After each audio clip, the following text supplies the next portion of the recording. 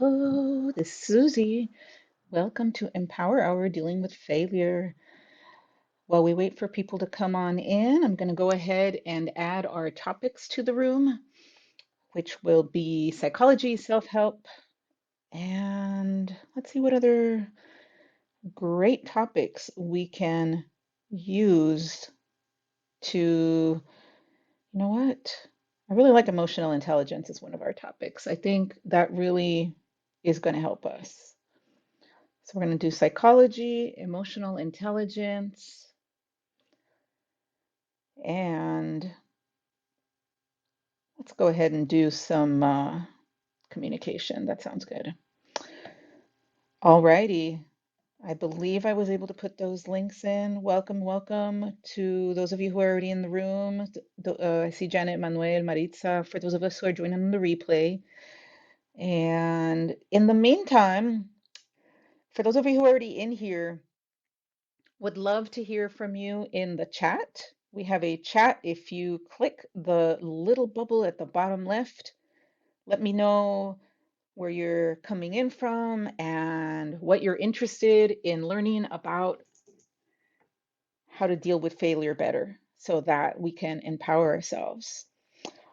And while you do that, feel free to also invite folks to come on in and join the room. The purpose of the room there our best tips for how to deal with failure because the fear of failure is probably the one thing that stops us from doing the things we really want to do. And so we want to kind of learn how to shift that. So feel free to invite people in.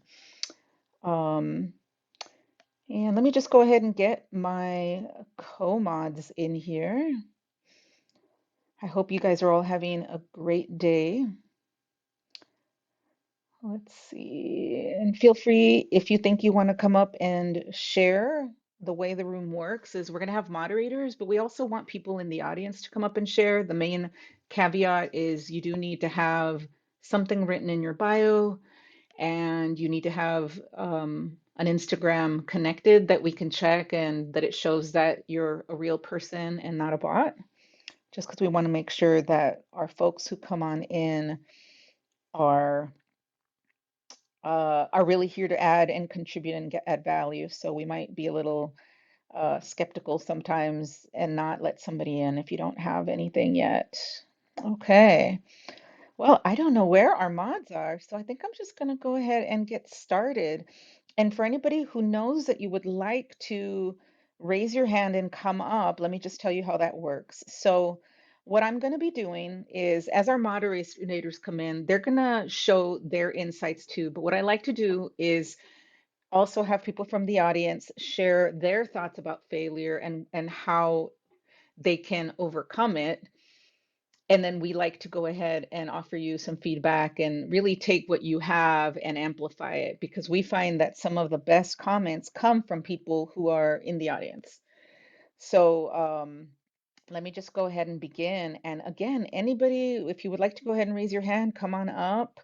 Would love to have you be part of the conversation. So let me go ahead and begin by introducing myself. So my name is Susie Castellanos, and I'm a mindset and empowerment coach, and I help high achievers shift negative self-talk into confident action. And one of the key things that a lot of us have that is part of our negative self-talk that can stop us from taking confident action is the conversation in our heads around what does it mean to fail. That there really is a lot of conversations that we have in our society that tell us we need to get it right the first time, otherwise you're a failure. And part of that really has to do with the ways that our society has if you think about our education system, certainly in the West, I don't know in other parts of the world, but the expectation is you go take a test and we're going to assess you for that. And that's it. You get your A, you get your C, you get whatever you're going to get. And what it does do for us is that it creates this idea that we have to be able to get things right the first time. We don't really learn how to fail well in school. So because of that, we basically are kind of trained mentally and emotionally to fear failure because then it's going to mean there's something really wrong with us. But what I want to offer for you is that in reality, when we think about how failure works, is that the way it works is that we can't learn anything new without failing first, right? And if you think about, for example, even like little kids, can you imagine, how many of you, you can say it in the comments or just kind of tap your mic. If you ever seen a little kid, like a toddler learning how to walk, how often do they fall? They fall tons of times. And part of the thing is that for a toddler, they're not sitting thinking, well, I didn't get it right the first time, so I'm just going to sit here on my ass and not do anything anymore. No, they're just kind of like they don't have that fear of failure. They just kind of keep going. And every time they fall, they have to push themselves up, which creates more muscle building, which ends up being the thing that's going to enable them to be able to finally be able to walk. And so, really, the thing about failure is that you cannot succeed without failing a lot of times because that's how you learn how to get better, right? And so, the key thing is going to be for a lot of us is to recognize that we will always have that thought, oh, I'm supposed to be able to get it right the first time. As a coach, I understand that that's how our psyche and our nervous system and our brain tries to protect us because we don't want to be laughed at. We don't want to be told we're a failure. But the key thing is to be able to challenge that when it comes up in your head and be like, oh, actually, the only way for me to get better is to try, fail, and learn from it. That really failure is simply there was something that was missing that I didn't know was missing that I could now try to add in and see if that helps me achieve my goal. So that's the main thing I wanted to leave you all with as a way to frame this conversation that we all fear failure. And the opportunity today is to kind of talk about what are the things that, are there particular things you're dealing with in your life right now where a fear of failure is stopping you that you want to have power over, or where have you found yourself changing how you deal with failure so that you can get back up once you fall on the ground, get yourself back up and be like, let me try again. So that is the invitation. And again, please raise your hand and come on up to the audience. And what I'd like to do first is go ahead and pass it to Luz, which is, it says Neda's Coquito because that is her business. But Luz, I would love for you to introduce yourself and just take a couple of moments to tell us, what are your thoughts on failure? How do you deal with it? Anything you want to offer for how to deal with failure in a way that's empowering. And if you have particular examples, great. So let me pass it over to you, Luz. Thanks for coming. Hello, hello, hola mi gente. Gracias, Susie. I'm Luz Nazario.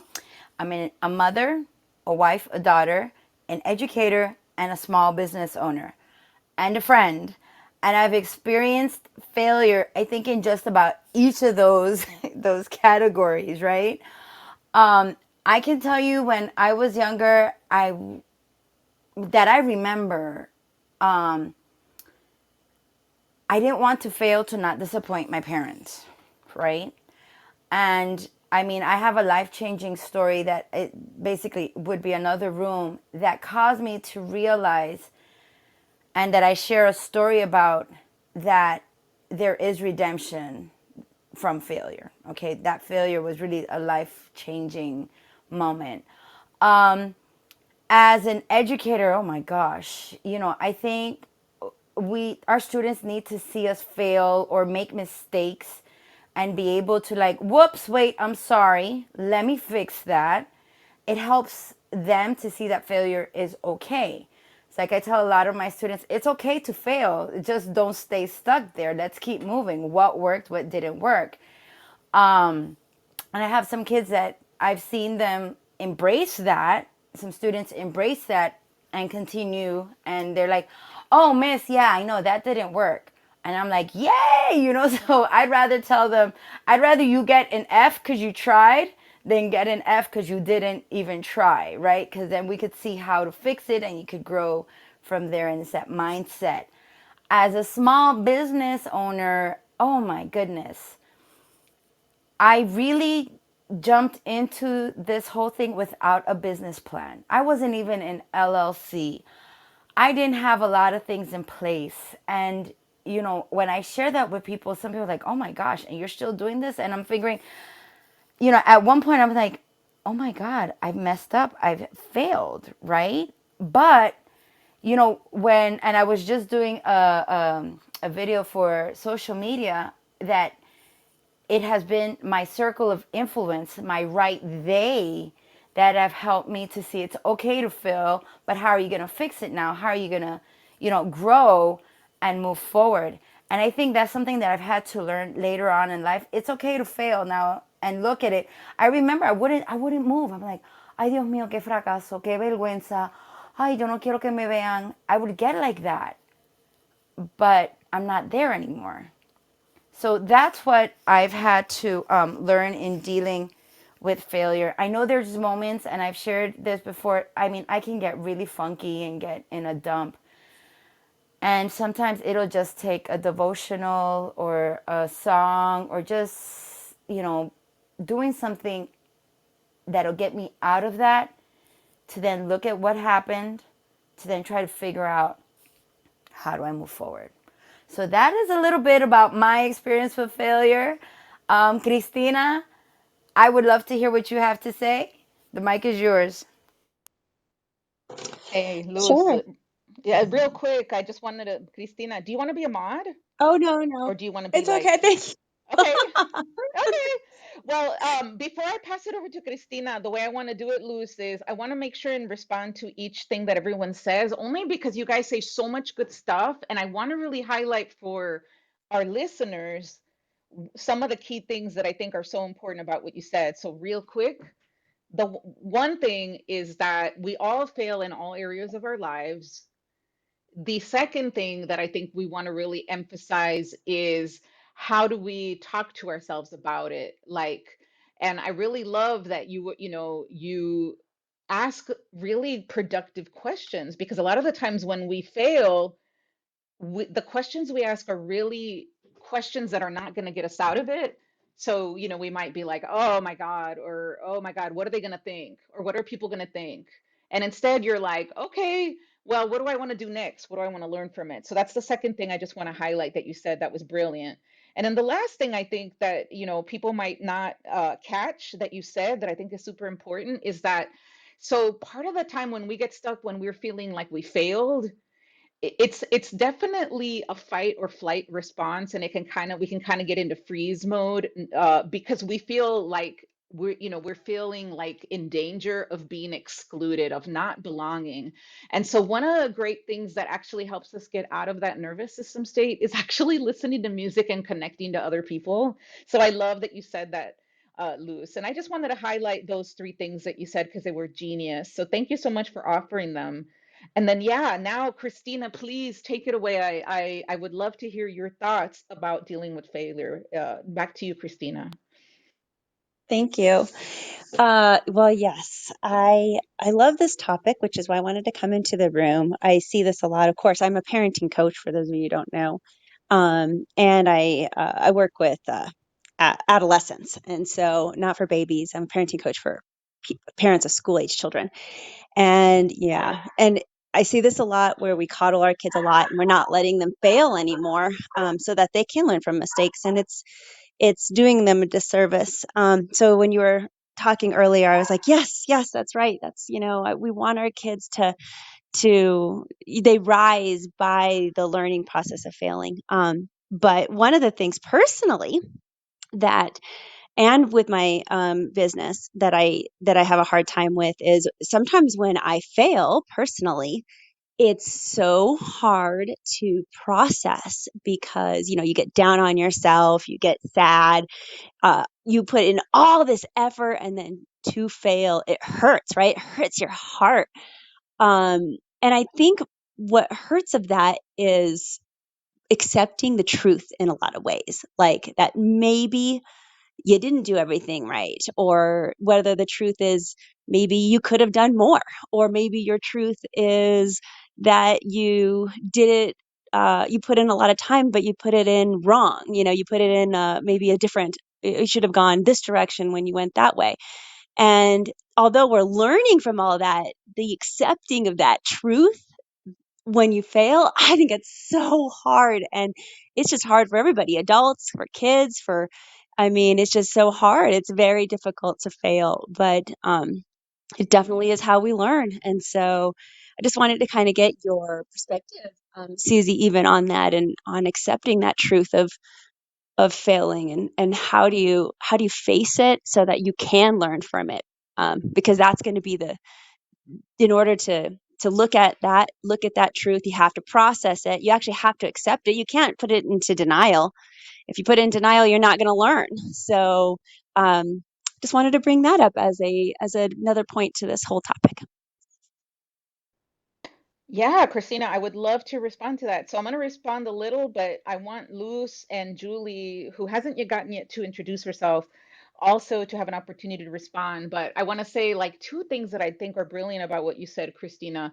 So like the first thing is just mo no noticing that parents don't want their kids to fail. And I have a thought about that, and that all of us, when we think about whether we have kids or we think about our parents, how they are, or people we see. Remember that parents who don't want their kids to fail are seeing it as their failure, and that's why. Because it's like when we don't want our kids to fail, it's because just if you really look at it, you're really scared. Um, there's a lot of things that like that parent needs to do some more work on for themselves. This is what I would say, because some of it is their own fear that, like in my case, my grandmother was very poor who raised me. So she didn't want me to fail because she was scared I was gonna not survive. So much of that is like a survival thing, like you can't fail, you have to be able to do it. And in fact, that's what had me go from poverty to getting a PhD, first in my family, because of that fear of failure that was instigated in me. And then the other reason that sometimes parents fail is because they doubt their own abilities, or rather, why they're afraid their kids are failing is that they doubt their own self-worth. And so they think their kids reflect on them. So if the kid doesn't get A's or things like that, then it's like, well, that's embarrassing to me. So I feel like a lot of the time, parents who are trying to prevent kids from failing, they just haven't dealt with their own stuff. So, and it's interesting because you will, if you're a coach, you will sometimes get parents who will say, here, coach my kid because I want you to fix them. And it's like, well, guess what? We probably should coach you to kind of accept and love your child for how they are without taking it on as a reflection of you. I So love I, that, Susie. yeah, I Yes, mean, right? Like, do you guys I agree get that a that, lot. yeah, Yeah. like, And one but thing I want to add on to what you said is, when you're a parent and you have to watch your child fail, or you find out that they failed, it's hard because it hurts you too. So it's parents don't want to see their kids suffer, because that's hard. That's a difficult thing to watch when a lot of parents are fixers, and then their child fails and now they just want to fix it. And so I see that a lot also. what's is interesting though, because what if failure isn't anything that requires fixing? Because part of the thing is that if we just assume failure is a problem, and so we have to fix it because it's going to make us feel bad, like then we're like sort of cycling through that. And really the thought to question is like, does failure need to be fixed? What if, if failure is simply like you tried something and it didn't go the way you wanted or the way you'd hoped? Kind of going back to what Lou said, what about simply asking, oh, well, that didn't work. What can I do about it now? What worked? What didn't? What do I want to try next time? Which is my three questions that I ask about anything.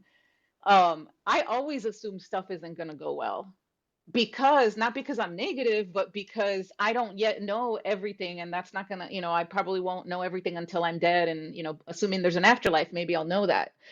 But at this point, we always want to assume that things will that we're going to do some stuff, and some, you just always assume some things worked, some things didn't. What's one thing I can take from it? If you go in with that mindset, then failure is never a problem. Failure is always the next step to getting better at what you're working on.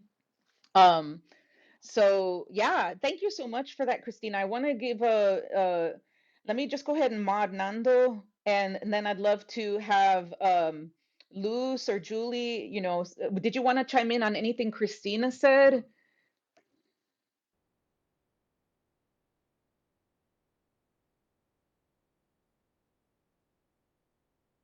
If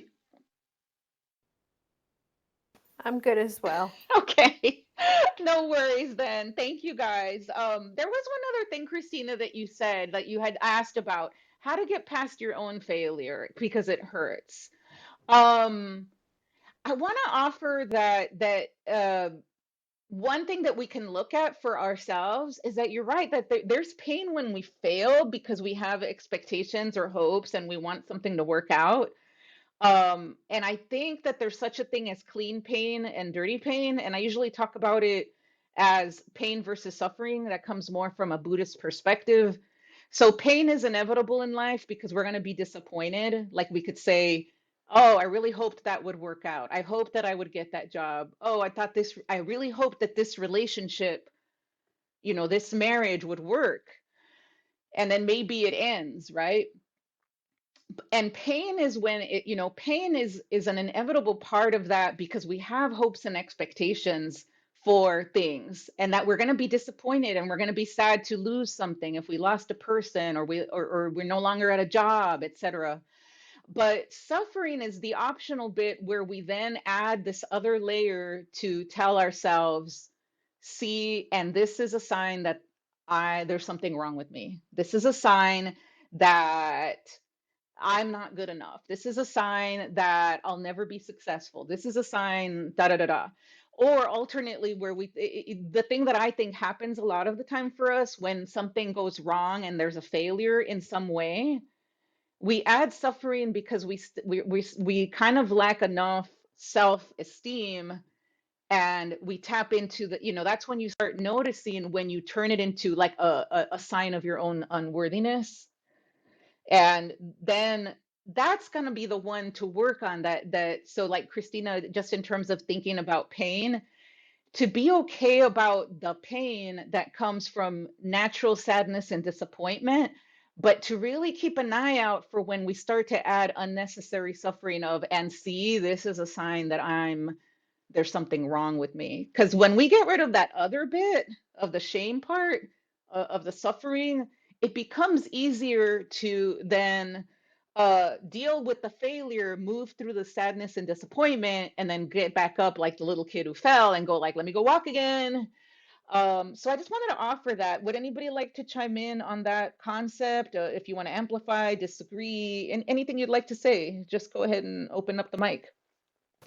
I think that for me, this is exactly, as you know, I've been going through this. I think that, being able to accept the difference in beating myself up over a failure and also acknowledging that, pain is sometimes part of the process and not feeling shame over, the things that have happened and what I can control and decide, which is the emotion that's actually going to serve me through the process is one of the things that has made it more able for me to embrace a failure. Yeah, thank you so much, Julie. And I wanted to go ahead. Let me go see if Christina, Luz, or Nando want to chime in on any of that last bit before I pass it over back to you, Julie, so you can introduce yourself and then offer more of your insights. So, Luz or Christina or Nando, did you want to jump in on anything that was said before I pass it back to Julie? I'm good. Thank you guys so much.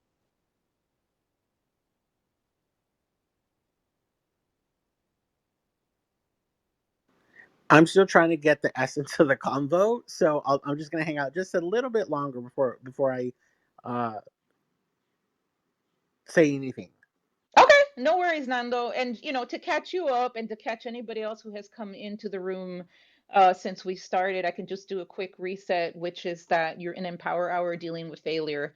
It's a weekly room, Empower Hour. Today's topic is on failure. We're in part of the Amigos group and the Amigos Club, and all people are welcome. You do not have to be a Latino in any way, as long as you don't mind, you know, you like Latinos and you want to, we love allies. So that's why it's called Amigos and not Latinos, because that's why we want anybody to participate. And really what we were talking about before, for those who came in a little bit late, is the idea that really a lot of the things that disempower us is this fear of failure. And because we've been kind of taught that we're not supposed to fail, that it's a sign of our something's wrong with us, it's part of our cultural upbringing. And so we've been talking about how um, kind of how do you shift the way you think about failure and how you feel about failure so it doesn't stop you. So you could be like the little kid, the example of a toddler learning to walk. When they start walking and they fall, they do not then say, oh, see, I suck, I'm never going to do this, and sit down and never try to walk again. They get up. And in the action of getting up, they build their muscle and get better at doing that thing that they're trying to do. And so that's kind of a metaphor that we're using. So let me go ahead and pass it back to Julie. And in the meantime, oh, yay, come on up, folks. So Julie, go ahead and introduce yourself, and you know, we'd love to hear your thoughts on this topic. Julie, to you.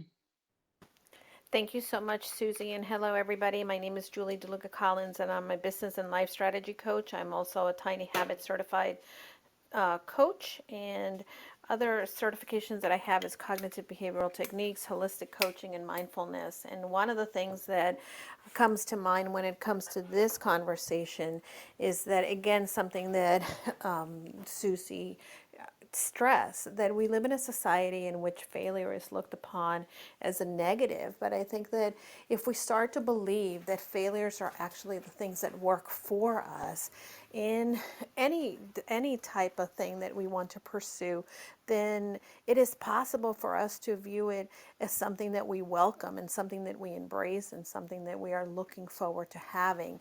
I think that, you know, for instance, in my corporate career, and I was in the corporate world for over 20 years, and my last role was Chief Innovation Officer. Some of the growth that I had as a corporate executive are the failures that I had, because those are the things that taught me and the things that actually helped me be able to have the insights and lessons and knowledge to be able to better and improve programming, be able to coach better, be able to lead better.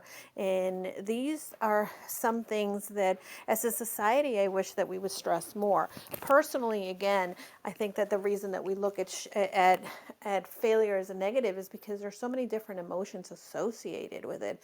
But if we start to just look at our emotions and find that, again, Susie and I have talked about this at length, is that we need to really be able to notice what is it that we're feeling, what are the things that are going on in our brain that are causing us to feel a certain way. And then after we notice them, to begin to normalize, hey, I'm not the only one that feels like this. I'm not the only one that is human, right? And that's part of the human experience, is to be able to share all of these experiences and excuse me, and ideas. I think that when it comes to failure, one of the things that I'd like to really propose is that we can begin to see it in ways in our life and recognize them, that these opportunities for failures are more about learning and more about the discomfort that we're going to feel on being in the circumstances in which we're maybe not achieving the things that we set out. But it's not so much about the achievement, but it's about the messy middle and the experience that gets us there. So I want to pause my mic at that, and definitely open to a dialogue. Thank you, Julie. Luz or Nando, would you like to chime in on anything Julie said? What are your thoughts? I love the idea, well, not the idea, the whole thing of that messy middle. Because I think that's where sometimes we're like, what's going on? I like that, Julie.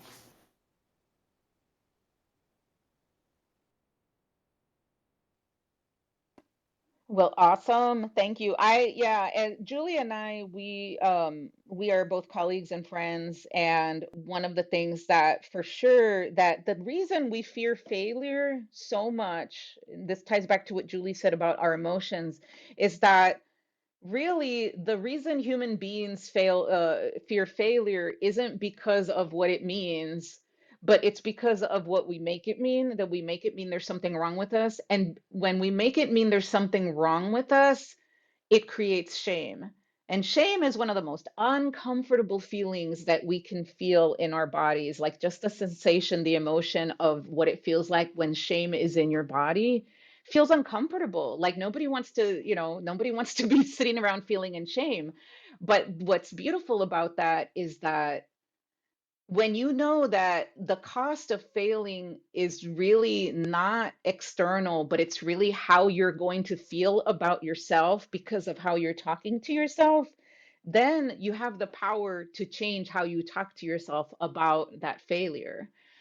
So I wanted to just touch on that what Julie said about that it's the emotions, and if you can be okay with, yeah, sometimes I'm gonna feel silly because I failed, and I just kind of process my emotion, and Christina said the same thing. It's really uncomfortable to fail because disappointment or sadness, or we may be triggered because, oh, well, that was like that time that blah blah blah blah happened. But when you start to recognize that those feelings are normal and you could just kind of move through them and then realize, oh, yeah, I'm feeling this because I'm thinking this, but that's not anything that has to stop me because the reality is I get to learn from this. Like you redirect with a new thought that's going to empower you. So thank you so much for that, Julie. I want to go ahead and the way I'm doing it, this room now, just for my mods to know and everyone. So I like to go between the mods and the speakers just so we could make sure that our people who are coming up get a chance to say, offer what they want to say. And so I'm going to go to Eric first, then to Nando, and then to Jenny. And I want to welcome Eric up on stage. We just met earlier today, so I'm glad you're here. What would you like to share about the topic? Over to you, Eric. Hey, so thanks. I sort of want to pose a question, which might be I don't know if necessarily it's the idea of the fear of failure, or sometimes, especially in this community, the fear of being seen and noticed. I have the issue often with some of the clients that I work with that are women that's like, well, I've been told to keep my place. I've been told that, I should let my man shine. I need to, be quiet and demure. And, all of those cultural standards of like, take a back seat. You're the lady of the house. And that sort of gets amplified when you're a minority in a culture. And it's like, let's not get seen. It's safer to just coast on by, to not push the boundaries, to not be noticed. And so I wonder if sometimes we confuse the fear of failure with the fear of being seen and noticed and called out. I'll leave it with that question. You know, Eric, one of the things that I was thinking specifically to that, and I think that this is such a great point as well, that one of our needs, according to Maslow, is that hierarchy of belonging. And anytime that, maybe we're going to speak out, or maybe when we make a mistake and things didn't go as planned, then we are the outsider. We are the person that perhaps does not belong to the group. And I think that that probably does impact how we are then going to be perceiving our actions because they are putting us outside of the norm. And this is definitely one of the things that I think that for women, when they're afraid of speaking out, when they're afraid of raising their hands, when they're afraid of not fitting in, is mainly because we're programmed to be able to, hey, we want to be part of the tribe, right? What happened when we didn't belong to the tribe? Before, when we were cave people, we would be eaten by a saber tiger. So these are the things that we definitely want to go ahead and be open to acknowledging and understanding and really questioning, hey, why am I feeling this way? What is going on that is making that making me not want to raise my hand or stand out or be outside of the norm. And with that, I'm pausing my mic. Such a good question, Eric. Such a great response, Julie. I want to give, would anybody else like to chime in on what Eric says. I have thoughts about it, but I want to make sure everybody else gets to say something. Go ahead, Well, Luz, Eric, Orlando. yeah, no, Eric, it kind of reminded me of this saying that we have in Spanish, calladita te ves más bonita, right? So you look better when you're quiet. And you, when you said that, I was like, well, you didn't say that, but when you mentioned or made a reference that I could see that. I could see that when I was younger.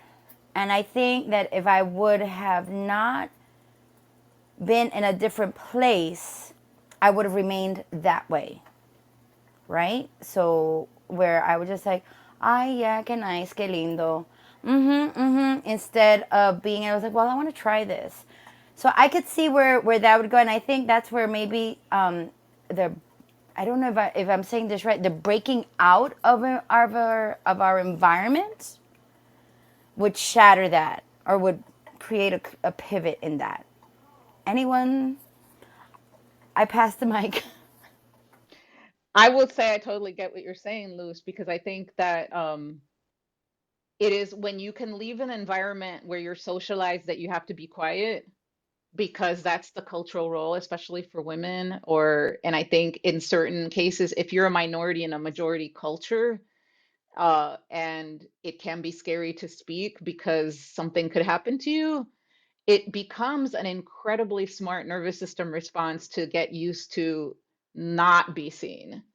And for those of us who maybe have early childhood trauma or adverse childhood events that we may have experienced, we could have anything from, parents who believe that, a kid should be better seen and not heard, which I think for a lot of Latino families, that's the case. Not all of them, but certainly in my family, that was the case. Like you need to be calladita, like Lou said. Um, it's also the case in certain I think in culture in general, when it comes to women specifically, that women are kind of socialized to be quiet and not be loud, whereas little boys are allowed to do that. So I do think that it is a big socialization thing, Eric, and that it is maybe it doesn't get to the point of I'm afraid of failure, but yeah, I think it's connected though, because I've been taught that I shouldn't be seen. And so I'm not going to be seen. I'm not going to put myself out there. So it's not even like it's like almost preempting that whole fear of failure is kind of what I'm seeing. Anybody else want to chime in on that? What are your thoughts?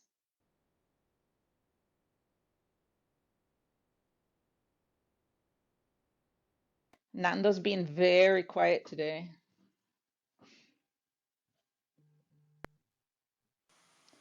So let me I think you summed it up perfectly. It's like, well, I've been told to be quiet. It's safe being quiet. And also, it's safe not to have to. Then if I follow the cultural norm, therefore, I don't step out of the group, but I also don't risk failing. So this works well for me. I'm just going to continue to be a part of that. I'll close with that. Well, thank you so much. I think that was really a really valuable contribution, Eric, and you need to come to our rooms all the time because I love what you asked. It was such a great question, incredibly thoughtful. And I do think it helps us further that discussion of like when that part of empowering ourselves, and this goes back to what Julie said, it's like we can't necessarily change everything, but so much of it is asking the question like, oh, why am I afraid of being seen? Why am I maybe not wanting to put myself out there? Why am I making this mean something about me, as opposed to just letting that cycle run through your head all the time? Because it's going to come up. It's part of our protective mechanisms that we've learned. And our power comes from being able to pause, ask the question, feel the feeling, and then come up with a new counter way to think about it that, oh, maybe I'm not in danger if I do this. Maybe this is an opportunity. So thank you so much for that. I want to hand it over to Nando and then Jenny, but just real quick reset. You are in Empower Hour, which is our weekly room in the Amigos Club, and we have rotating topics. And today's topic is dealing with failure. I did want to just say another quick plug, which is that if you're enjoying the content of this room, you're enjoying what people are saying, go ahead and follow the club. You can do that by clicking on the little green box at the very top right, kind of under where it says leave quietly, and you could join the club. Again, you do not have to be a Latino to be part of the club. The reason the club is called Amigos and not Latinos is that everyone is welcome. We're all friends. The second thing is if you would like to follow any of the people on stage, whether or not they were mods, Kristina offered a great contribution earlier. Feel free to follow us. You just click on our picture, our bios will come up, and you can click follow so you'll know, so that we'll be able to stay in touch. And if you really want to make sure you get to hear our rooms, because the algorithms can be kind of weird, go ahead and hit that bell and click always, and then that way you'll get to hear what we are up to. The last thing I want to say before I pass it over to Nando is about the pinned link. So I am certified by a coaching school called the Life Coach School. The podcast transformed my life before I ever became a coach. And so I just wanted to pin that link there to probably the episode that most changed my life, because, and it was How to Fail. And I offer that to you because I came from a family where, my own history of failure is that I wasn't allowed to fail. My grandmother was very regañona, for those that don't know Spanish. She was just always, always chastising me for things that I didn't even know I was doing something. Like, she was always finding fault with me. And it really impacted me very negatively. And that's part of the reason that I was always so hard on myself. But really flipping the switch for me was this podcast. And then that is why I continued to get involved with this life coach school and use what it has taught me. So I invite you later, what you can do now is go ahead and click on that link and then open it in Safari or whatever browser you have. As you can tell, I have a Mac since I said Safari. But go ahead and click on it and then open it in your browser and then go back to it later when we're done, because I think this is probably one of the best podcasts I've ever heard that really shifted my whole mindset around failure, to really make me feel like, wow. And one of my favorite quotes in that podcast has to do with the idea that if you want success, you need to double your rate of failure. So I just want to leave you with that. And now I'd love to pass it over to Nando. Nando, are you still there? Because I hadn't seen you on mic for a while. Let me know if you are. I am here, girlfriend. Oh, yeah. Well, I miss you because I know you were trying to kind of catch up with what we were talking about. So do you feel comfortable like coming in and expressing your expertise and your thoughts about it at this point? Absolutely. Take a break, girl. Get some water. Clear the throat out. All right, give me some Yeah. water. Go, Nando. So here's what I want to offer everybody. I want to offer you two different thoughts, and I'm gonna give them to you backwards, and then we're gonna come back in and then make sure that everything lands. All right. So what I'm hearing is dealing with failure, right? So in my vocabulary, I don't use words like failure or mistakes. And I learned this a while back. I learned this like over 2 to 3 years ago, and it absolutely changed my life. And what I do is I approach things like a data scientist, right? And so a data scientist, let's say you're dealing with ants, or maybe you're dealing with the weather. You're just collecting data, and you're letting the data inform you on what's happening. And whatever the result is, you don't take that as, oh, the weather failed, or the weather was a mistake. It rained today. That was a mistake. No, you're just like, you look at it and you're like, oh, it rained. Right. So if we take a step back and look at our language and no longer use, and it takes some practice and it takes a lot of training to no longer use the word failures or mistakes, what it does is it allows us to create that space between I failed, or I made a mistake, and I am a failure, and I am a mistake, right? Because that's what I keep hearing a lot of you come back to. And so when you remove the word failure or mistake and start implementing effective versus ineffective, baby, your whole world changes, right? So let's say you're up on stage, or you say to yourself, this week I'm going to sell X amount of, products or widgets or what have you, and you don't, then you say to yourself, oh, my efforts were ineffective this week. Let me take a look at what I can do in order to be effective next week.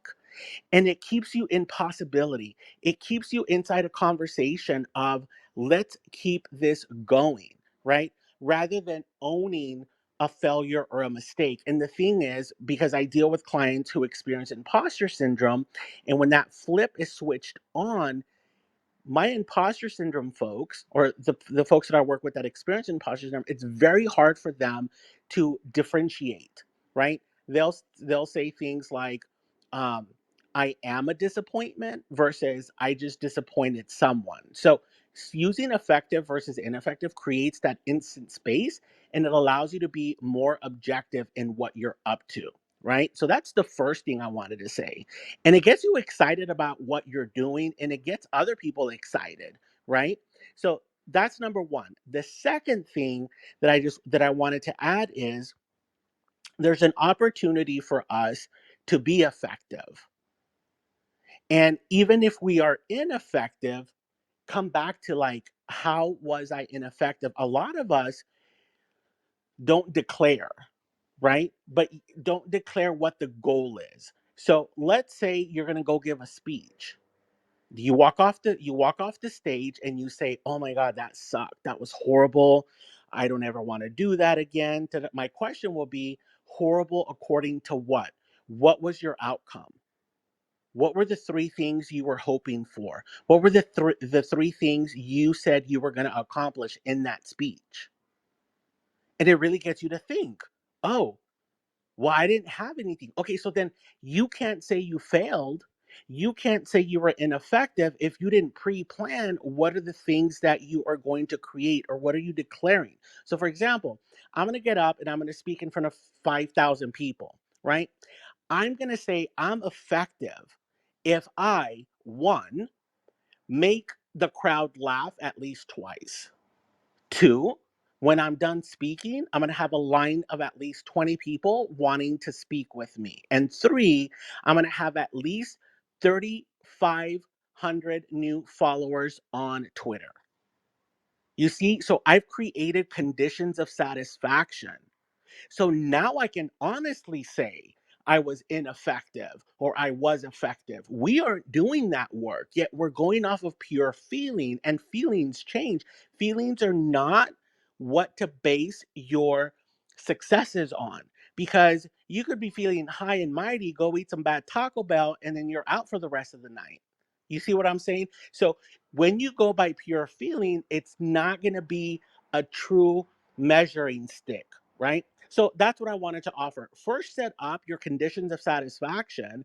Then we can have a conversation of, were you effective or ineffective? And trust me, when you do this, it's confronting, but it also keeps you present.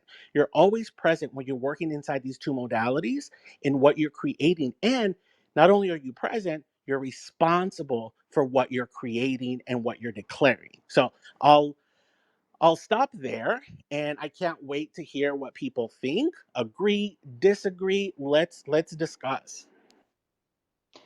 Hey Nando, so this is Susie. Yeah, take a look at the chat because a lot of people I think are completely on board, as am I am sure. Um, it's funny because I don't usually talk about failure for myself. I'm exactly like you. I don't think about failure. I just think about I don't use the words you use, but here's the thing. The key point is that society talks about failure and we use that term all the time unconsciously. You got two options. Either change the what you think about the word failure so it doesn't make you feel like shit, or change the word entirely. Um, because and so, but for something like this, I'm gonna call the room dealing with failure because that is what most of us have by default thought. Like you know what I mean? And so that is exactly right. That part of the thing is like our option is either change the word or change your relationship to the word. And in my case, I tend to, like I said, I always, so what Nando said that's super crucial is when you are pursuing something, you do want to figure out what's my goal, what's a measurable result I want to create, so then I could measure against, right? The one thing that I will tweak, because the goals that you offered, I tend to call the goals that I try to create do goals as opposed to kind of bonus goals. And so for me, a do goal is the one that I have absolute control over myself. Um, Not something that requires somebody else to do something. So I feel more empowered to think, okay, my rather than being I'm gonna have 10,000 Twitter followers, that would be a bonus goal, but my goal will be what are the things that I'm going to do this week or during that speech or how I do it to get as many followers as I want. And so the do goal becomes I'm going to mention my Twitter thing twice, or I'm going to do it this many times. I'm going to speak about it over here. I'm going to make this many calls. I'm going to do so one of the ways that I do that to really empower yourself, and then you have something to measure, it's because otherwise if you're thinking my success or my fail depends on somebody else, it can be a little bit more deflating. And so thinking instead, like, what are the do goals, what are the specific actions I'm going to do in order to hopefully get that outcome, like 10 new clients. You can say my bonus goal is 10 clients, but my real goal is I'm going to do these actions, and then that's what I measure myself against. So that's all I wanted to offer on that. But I love that, drop the word fail if it doesn't work for you. What do other folks think? I know Eric, you made a comment in there. Anybody else on stage want to offer Well, anything? Susie, I I just wanted to follow up with one thing, right? So I do a mixture, right, of manifestation. So when you manifest, it's like, what is it that you want to get out of you taking this action, right? So what you're hearing me say is, what's that manifestation? Where am I standing, right? Because I want to create magic, right? So every week I'm promising to myself, I have a self-sabotage smackdown every week or every 2 weeks, depending on where it falls, right? And so last week, I promised that I was going to get at least 20 people to register for the self sabotage smackdown, right? And so if I'm standing there, that means that I'm doing, I'm being a certain way to have it happen. And in Thursdays is when I have the self sabotage smackdown, right, at 7 p.m. So last week at 4:30, I had 17 people registered, and I was like, shoot, I'm going to be ineffective this week, right? And so I texted my coach and I texted my committed colleague, hey guys, just I'm going to declare a breakdown. I'm at 17. I'm not effective, you know, and I was still good, right? You can be ineffective and like 17. I was like patting myself on the back. So don't, again, it's all the meaning you add to stuff, right? So you could be effective and still be low and low, down and out, or you could be ineffective and be high as a kite. So I was high as a kite with 17, but still I'm ineffective. So then I get the message from my coach and my committee. It's barely 4:30. What you gonna do to resolve this? And I'm like, what? I have 17, right? And they were just like, no, you still have time. And I was like, you've got to be kidding me. And I sat there for a second. I got really confronted, right? Because I'm pushing myself. I'm expanding my business. I'm growing. So I pushed myself. I got on Instagram Live and I started talking about the self-sabotage smackdown. And in 30 minutes, all right, yeah, like in 15 to 20 minutes, I was up to 24 people who had registered, right? And this was last week. So this is why I'm saying it's like a combination. And again, take what you want, don't take what you don't want. What works, it doesn't work. That's the great thing about maybe Susie's way works for you, maybe Julie's way works for you, right? But I just wanted to offer, standing inside of what you want to manifest and declaring as you show up bigger for me, as you show up, and this is how I coach my clients, as you show up, take bigger risks and really declare and stand for your declaration. So I'll just end it with that. have a question though. Oh, I'm sorry, Y- Susie. Yeah, I was Okay. gonna say, Luz, go because I knew you had wanted to say something, so I Well, wanted to no, make sure you said, I was yeah. applauding the self say that 10 times self sabotage smackdown, and it's true. It was it guys. Look, make sure you sign up. All right, it was very good. Um, so the thing is, pick our words carefully, or do we find words that resonate with us? Because I know Eric mentioned data points. We've heard, what was it? The do goal, being effective. So I'm understanding that we replace mistake and failure with words that are,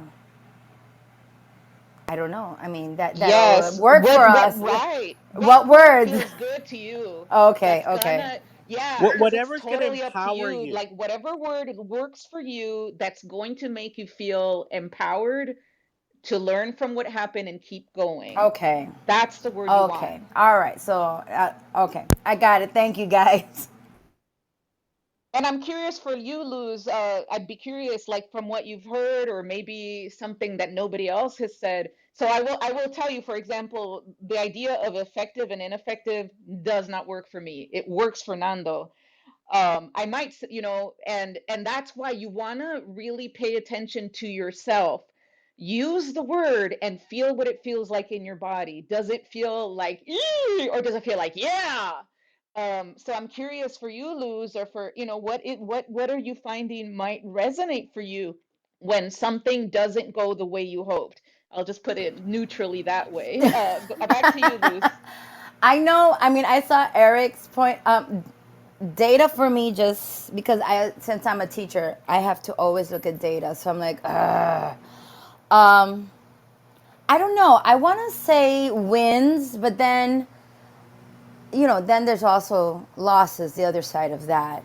But one thing I've found that works for me is, okay, so what was the lesson? What did I take away? What do I need to do? And then for me, I've just, like I said, I've started implementing yet. Okay, so I'm not there yet, but I'm on my way. So I guess that train of thought is what I would use that works for me. Like, okay, I am a checkbox person, so maybe that, like Nando said, did I get people to laugh? Did I get 20 people at the table? Did I get this amount? So you got me thinking now. So, like, I'm a checkbox person. So am I going by? Okay, I'm gonna work on this, guys. I like that. Thank you. You've challenged me.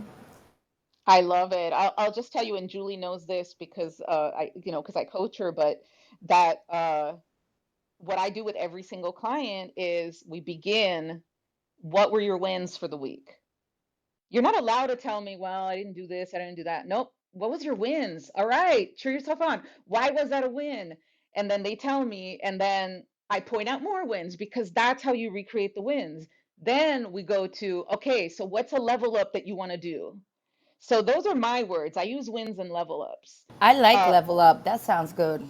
yeah, so I just wanted to offer that. I put that in the chat, but I want, oh my God, it's almost 7 and I haven't gotten to Jenny. If it's, I'm gonna stay on a little longer. If anybody else would like to stay, you can. I want to honor my co-mods. If you need to go, please, totally get it. But I really want to hear what Jenny has to say. Jenny has come up here lots of times, offered really great value. So please stick around. Or if you have to go at 7, come back and catch the recording because I know Jenny's gonna have something awesome to say. What would you like to share, Jenny?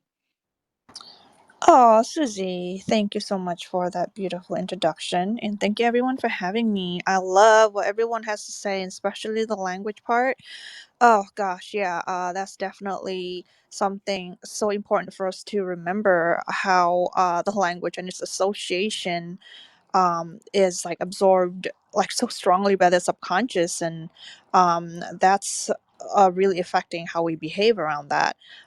And so when it comes to failure, I have learned to just not use that word, and I just agree. I have this agreement with myself that there is no such thing as failure.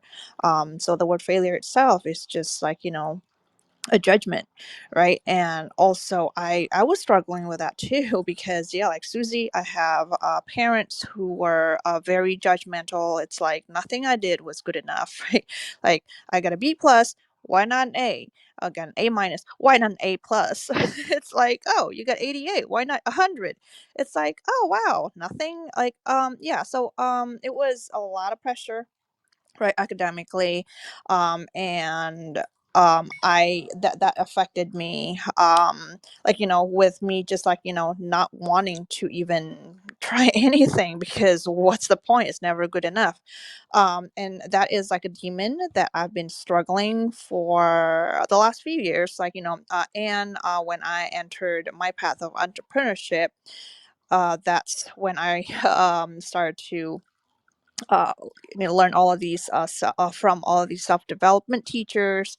And something that really stuck with me is Martha Beck's lesson on, so there's this book that she wrote recently, The Way of Integrity. So it's like the Wright brothers, right? It's like when they tried to fly a plane, they crashed like hundreds and hundreds and thousands. It doesn't mean that they failed. I mean, you won't tell a baby who's learning to walk they're failing when they fall. They're just finding their way to integrity. And it takes it takes a lot of tries to adjust things, to find your way until everything clicks. Then it flies like the plane, right? And so, yeah, I guess it's like, whatever cliche that said about Thomas Edison, not that I fail, I just found 10,000 ways of how things don't work. But then when you keep trying, it finally clicks.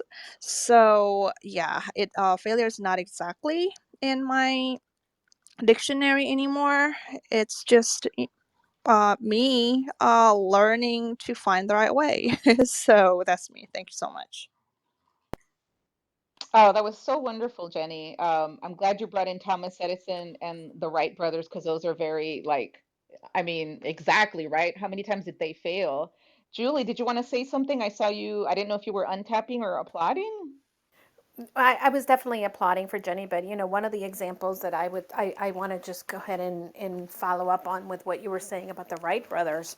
There's actually there was somebody who was actually working on developing the technology to fly, that was actually backed. He was a scientist out of Harvard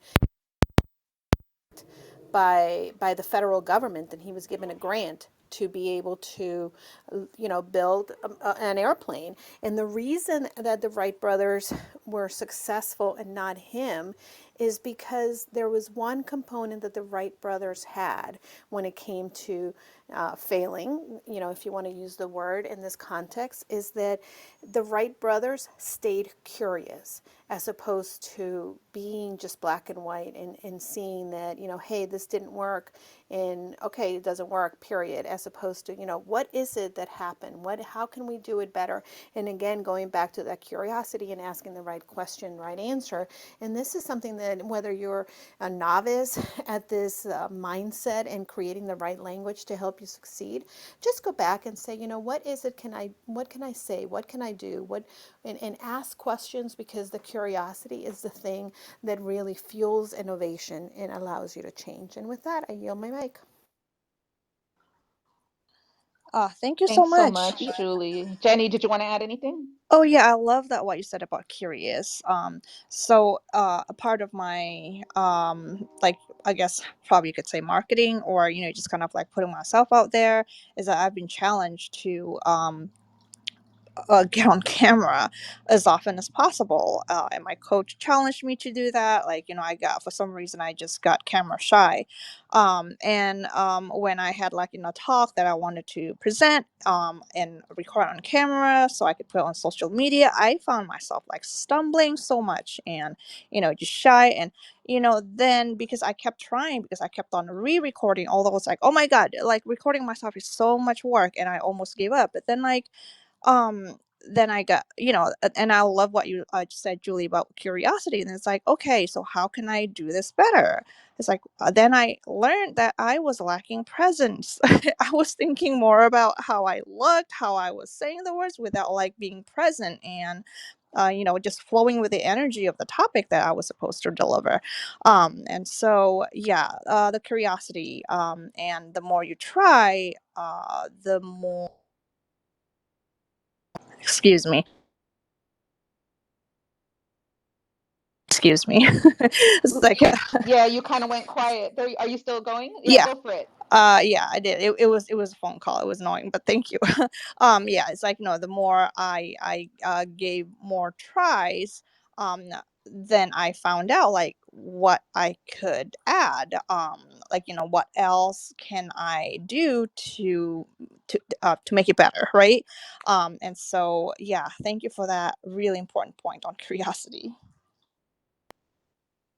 Thank you so much, Jenny. And I want to go ahead and wrap up the room. We've gone a little bit over, so really appreciate the time spent by our mods, and for those of you who came and shared in the chat, came on up, and let me just, I hope that if you found value from it again, please go ahead and follow the Amigos Club up in the little green box. We'd love to have you continue to join us in the rooms. Follow anybody up on stage that you found value from. Follow the people next to you because, hey, if you are finding that you're in the same rooms, then maybe you have things that you can connect with. And we want to encourage creating spaces where we are all amigos, where we all connect and really support each other and empower each other. So with that, I'm going to go ahead and say goodnight. Thank you for coming to Empower Hour this week, and come join us again next week at 6 p.m. Eastern Time. Have a wonderful day, everybody. Thank you. Bye. Thank you. Bye.